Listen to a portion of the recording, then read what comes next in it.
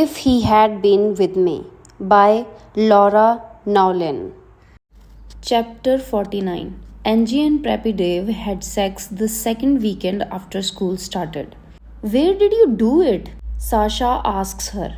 It's lunchtime and the boys are flinging themselves around in the field, punching shoulders and calling names. The concrete step is warm through my jeans. I remember sitting exactly like this and listening to Brooke tell her story. We were in his car, Angie says. We didn't plan on it. She tells us. It just kinda happened. She doesn't look upset though. She looks beautiful. There is a flush in her pale cheeks and her eyes are bright. Really? I say. I don't understand how sex can happen by accident. After Jamie and I have been kissing for a long time, I tell him that we should stop because that's what the girls is supposed to say at some point. But I have never said that we should stop because I thought we actually needed to.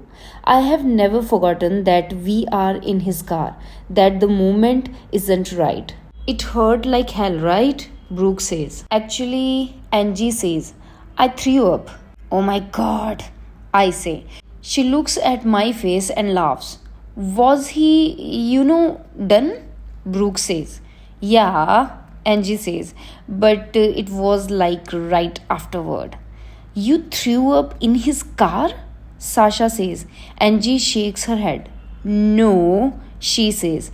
I roll over onto my stomach, opened the door, and threw up in the driveway. Oh, I say. I can't think of anything to say to this, but Sasha can.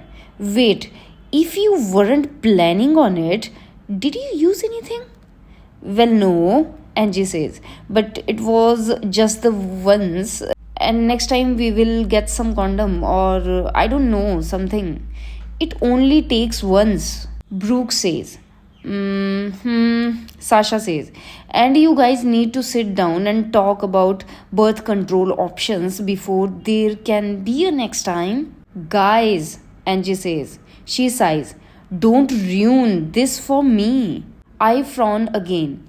If being in the back seat of a car and vomiting in the driveway didn't already ruin it, I am not sure what we could do that would.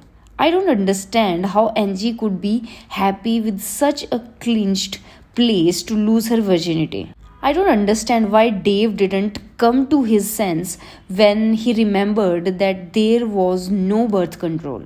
Brooke puts her arm around Angie. Sorry, she says. We are happy for you, really. Yeah, Sasha says. Good, Angie says. 'Cause I can't stop smiling and she sighs again.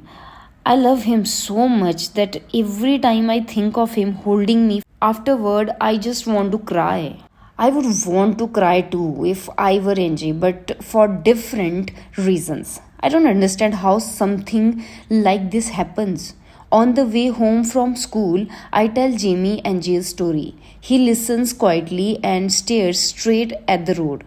I mean, I guess I'm happy for her if she's happy, I say. But doesn't that sound horrible? I don't know, Jamie says. I think it had be cute if you threw up. What? Jamie looks calm. He shrugs and smiles. I had hold your hair back for you and take care of you. I won't throw up, I say.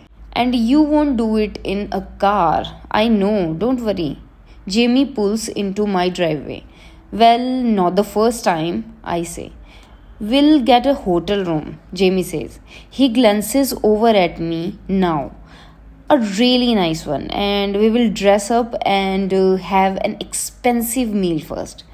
That sounds, I pause.